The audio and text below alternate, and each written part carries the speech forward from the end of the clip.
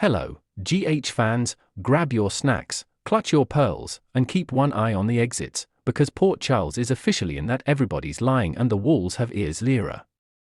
We've got a secret deal that smells like evidence tampering, a Quartermaine kitchen conversation that just became someone else's leverage, and a trial that's about to turn into a circus where the clowns wear suits and carry subpoenas. And can we talk about Willow for a second? Because she's standing in the middle of a mess like she's trying to be the human shield between Michael's fury and Drew's ego, while Nina is behind the curtain, quietly negotiating with Jack Brennan like she's ordering one acquittal, extra fast, hold the consequences. Meanwhile, Michael's alibi is wobbling like a cheap folding chair, and Tracy Quartermaine is doing what Tracy does best, turning family drama into legal warfare with a side of humiliation. But the real kicker?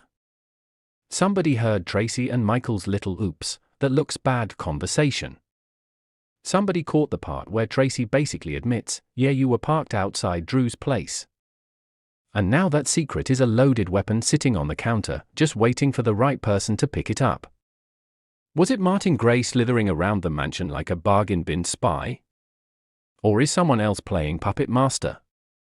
Oh, and if you thought the courtroom chaos was the only explosion this week, think again. Lulu is about to go full protective mama bear on Britt over Rocco, Charlotte is guarding her loyalty to Valentin like it's the crown jewels, and Kevin Collins might be one more Sidwell threat away from tapping into something dark, something that feels a little too familiar. Like, hello, Ryan Chamberlain vibes, and no one asked for that energy, but it might be exactly what Sidwell deserves. Let's start with the Quartermaine mess, because honestly, that mansion has seen more schemes than actual family bonding. Brooklyn drops the bomb that Drew has been snatching up Quartermaine heirlooms like he's shopping a clearance rack, and Tracy immediately goes into "oh, we're doing consequences today" mode. She summons Martin Gray and reminds him, sweetly, viciously, that he's still living under the shadow of the Monica Will fraud situation. Tracy doesn't just threaten, she curates fear. And Martin? He's the kind of guy who smiles while calculating how to turn a threat into a paycheck. So Tracy wants Drew pressured into returning what he took, because this is about legacy, pride, and the Quartermaines refusing to be played in their own house. But we also learn something bigger. Drew is still giving Martin assignments.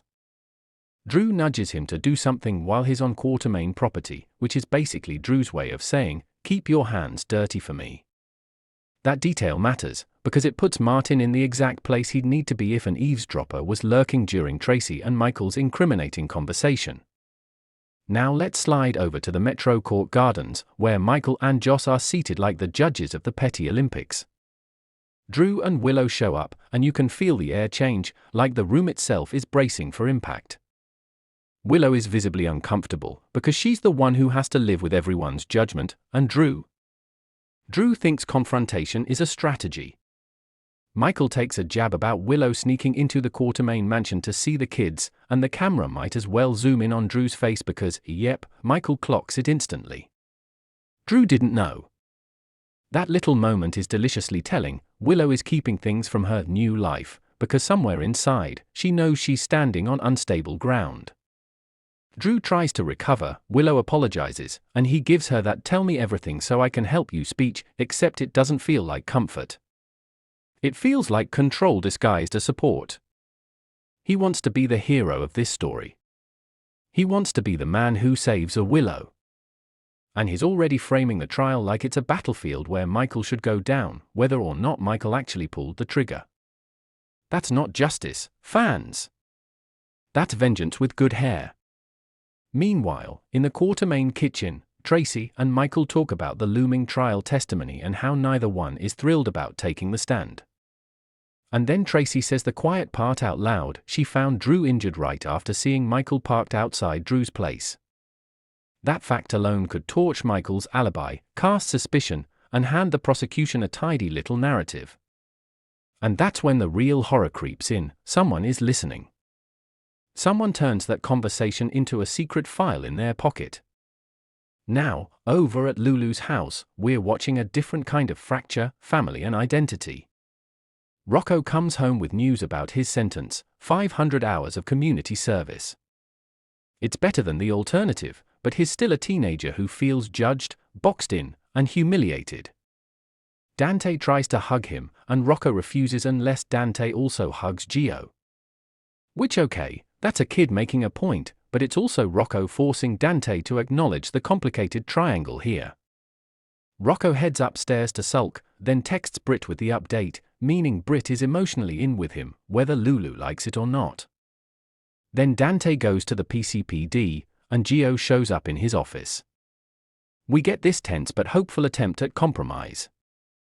Dante admits Gio cares about Rocco, and Gio clearly wants access and connection, but Dante's not ready to trust the situation without supervision. Gio hates the idea of being babysat, but he agrees to a holiday gathering at Lulu's place as a first step. And that holiday gathering?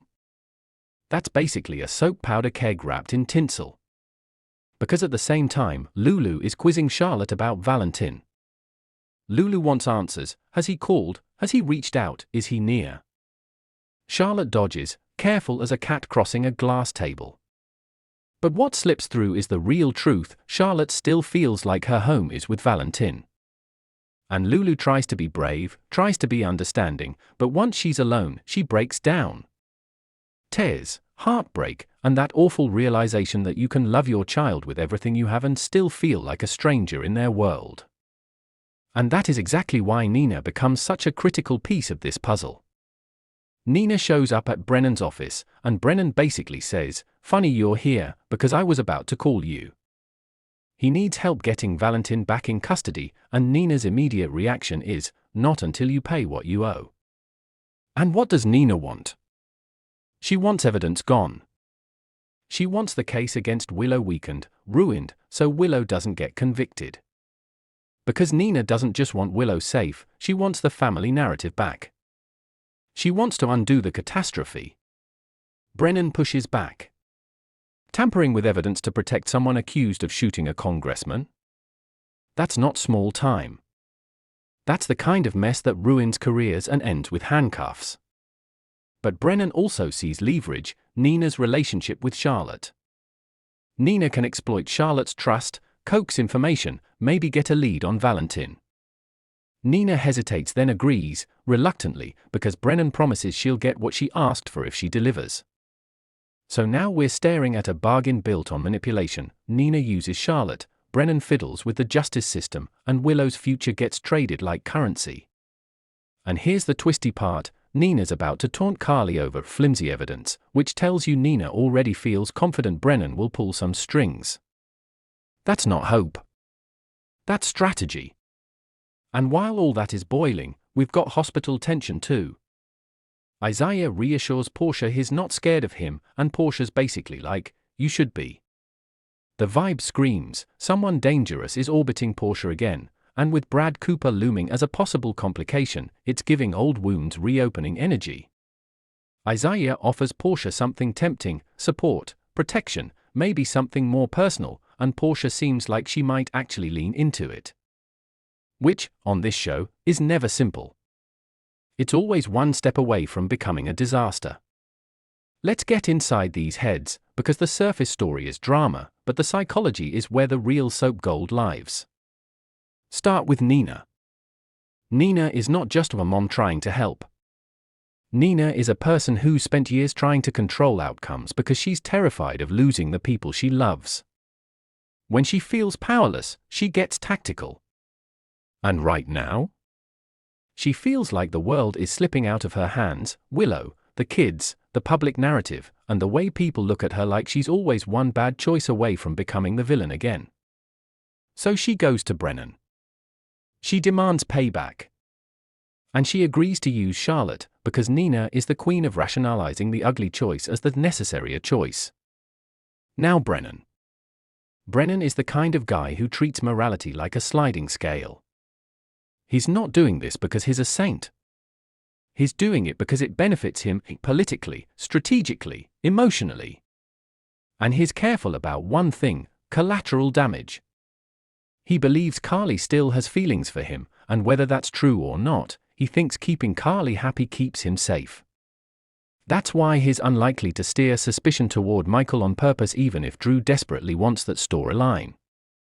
Brennan will pick the path that keeps his own world stable.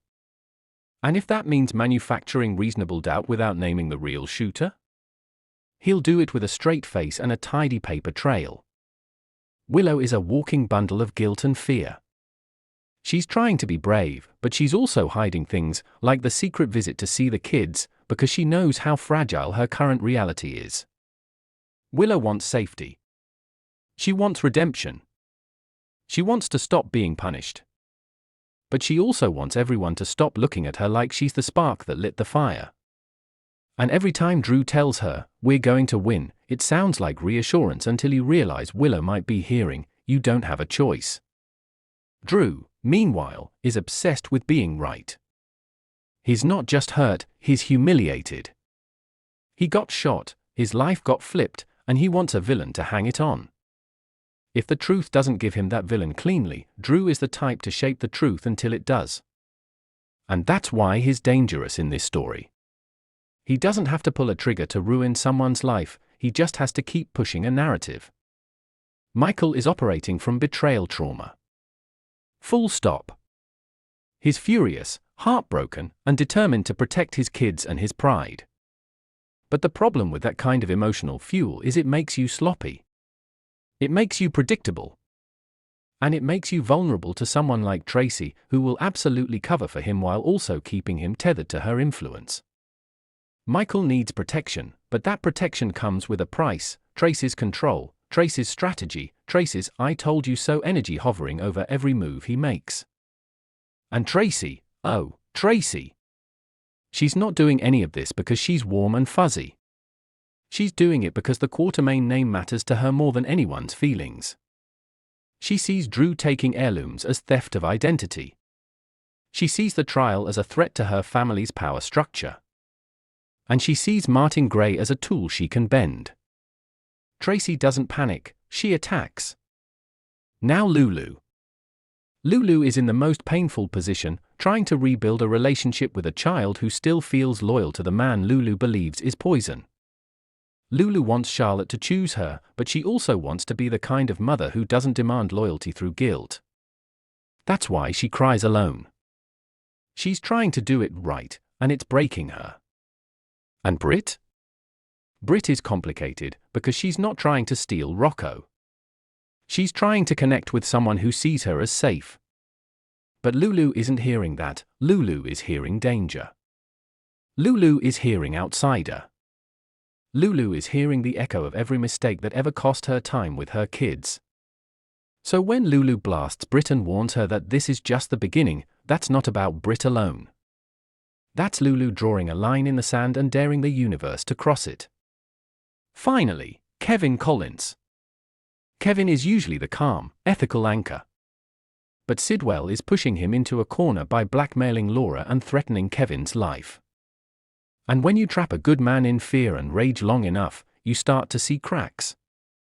The Ryan Chamberlain parallel is chilling because it suggests Kevin might have the capacity to do something extreme, not because he enjoys it, but because he thinks it's the only way to protect the woman he loves. And fans, that is the kind of turn that can redefine a character for years. Alright, let's talk about what could blow up next, because the show is clearly setting dominoes. First, the eavesdropper. If it's Martin Gray, that's huge.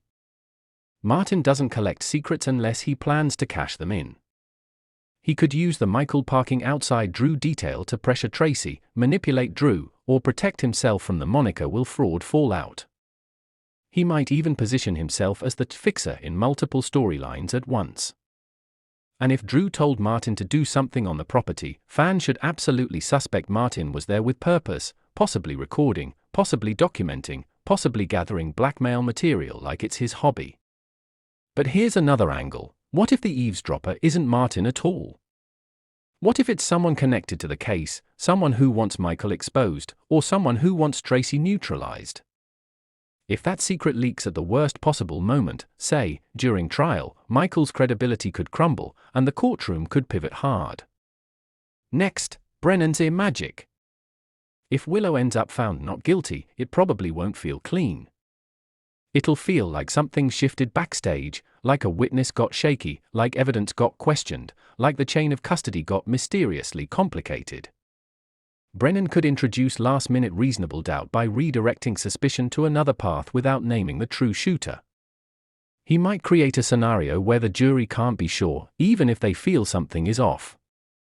And if that happens, Nina will act smug, but it could also paint a target on her back if anyone starts asking, "Why are you so confident?" And what about Drew trying to shove blame toward Michael? That could backfire spectacularly. If Brennan is trying to keep Carly from turning nuclear, he'll avoid making Michael the fall guy. That means Drew may push one narrative while Brennan quietly builds another. And if Willow senses she's being used as a chess piece between these men? She could crack. She could slip. She could say something in court that she didn't mean to say. Those unexpected moments in the courtroom could be anything from a surprise witness to an emotional outburst to evidence that doesn't match what we've been told. Now let's talk Lulu and Britt. Lulu's warning suggests she's not going to gently request boundaries, she's going to enforce them. Britt could face restrictions, accusations, or emotional warfare that drags Rocco right into the middle. And that's the tragedy. Rocco is already dealing with the weight of punishment and community service, and now his personal support system is becoming a battlefield. If Britt reunites with Brad soon, that complicates everything further because Brad has a history of chaos, whether intentional or not. Lulu could interpret Brad's presence as proof Britt is unsafe, and she might double down. Charlotte and Valentin are another ticking clock. Charlotte dodged Lulu's questions for a reason. If she has a key, if she has a secret, if she's heard something, or if Nina starts pressing her too hard, that could trigger a backlash. Charlotte could shut down. She could run. She could do something impulsive to protect Valentin.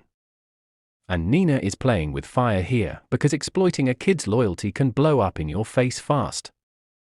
And Kevin versus Sidwell? That's the darkest lane. If Sidwell loses leverage, if the truth about Hank Dalton's body placement in Laura's trunk starts unraveling, Kevin might decide to stop playing defense. Fans suspect he could go Ryanish, not by becoming a cartoon villain, but by making a choice that crosses a line. A trap. A sting. A psychological takedown. Something that makes Sidwell realize he underestimated the wrong man. And if Kevin does that, what happens to Kevin afterward? Does he regret it, or does it awaken something he can't put back? So here we are, GH fans, a trial that could end with an acquittal that doesn't feel earned, a Quartermaine secret that just became somebody's weapon, and a town where justice might depend on who's willing to cheat hardest. Nina is gambling with Brennan, Brennan is bargaining with the law, and Willow is walking into court with her whole future hanging by a thread that someone else might be holding. And that eavesdropper? That's the part that keeps me up, because once a secret like Michael's parked outside Drew's place detail leaves the kitchen, it doesn't come back. It spreads. It mutates. It ruins people. So who heard it, and when do they plan to use it? In court? Against Tracy? Against Michael? Or as a trade to save their own skin? Meanwhile, Lulu is about to go to war over Rocco, Charlotte is still emotionally anchored to Valentin, and Kevin Collins is staring into Sidwell's darkness like he's deciding whether to fight fire with something a whole lot worse. And if Kevin really does step into that Ryan-shaped shadow, what does that mean for Laura, and for Port Charles? Alright, your turn. Do you think Brennan actually gets Willow off, or does something explode in court that nobody can control? Is Martin the one spying at the Quartermaine mansion, or is there another snake in the grass? And is Lulu protecting Rocco or pushing him closer to Britt out of sheer force? Drop your theories, because the way this is building, it feels like we're one confession, one leaked secret, and one surprise witness away from a full-blown Port Charles meltdown, and I need to know which side you think is going to burn first.